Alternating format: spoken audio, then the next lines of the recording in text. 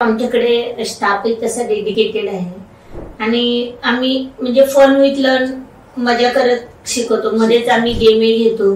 थोडं 3 तासाचा जरी क्लास असला 5 मिनिटाचा ब्रेक मिळतो आणि मुलं बरोबर 5 मिनिट्स मध्ये येतात. त्याच्यातही कधी कधी लिडरशिप देतो की चला तू लीडर आहे, तू 5 मिनिटात आणायचंय.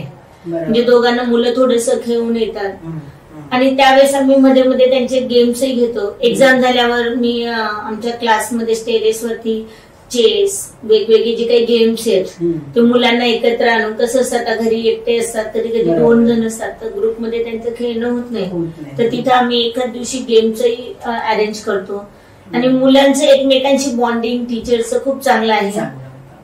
आणि ह्या ज्या आम्ही एक्झाम्स घेत असतो ना मध्ये मध्ये, तर त्यांचं कसं असतो त्या ऍटमॉस्फिअर मध्ये त्यांना म्हणजे एक्झाम द्यायची सवय होते आणि त्यामुळे त्यांचं जो काही स्ट्रेस कमी होऊन जातो.